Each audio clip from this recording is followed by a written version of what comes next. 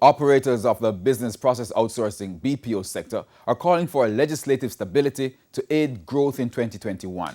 Representatives of two related entities in Montego Bay, St. James say while the sector survived 2020, they expect more from 2021.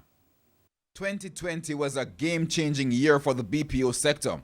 The Alorica call center in St. Catherine was the first local workplace cluster of COVID-19, and since then, changes and associated costs came fast and furious.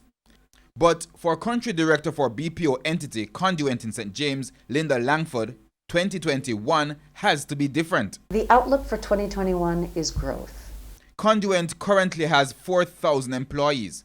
Despite initial internet issues last year, approximately half of that number currently work from home. Ms. Langford wants key factors strengthened so the industry can reach its full potential. We have 40,000 employees in the industry alone, and so the potential is to grow, but the critical element of that is we must enable and embrace the work-at-home structure, and creating that robust internet infrastructure across the island will be critical and essential to it.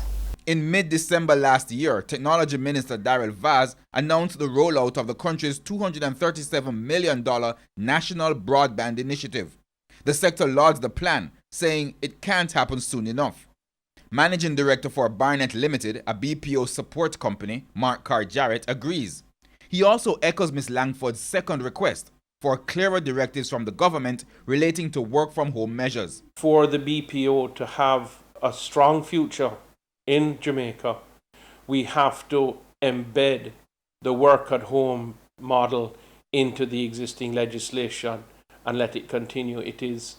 The work-at-home is the one thing that has kept the industry going and actually allowed the industry to grow even during this COVID period. The potential for growth in our industry is there, but the critical element of that growth is to create a long-term work-at-home strategy and a long-term plan that embraces that work-at-home and work-from-site strategy.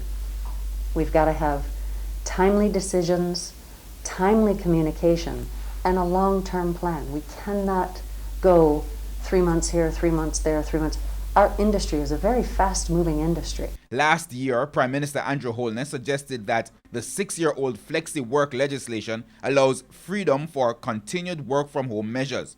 However, both Mr. Carr Jarrett and Ms. Langford believe specific legislation is needed.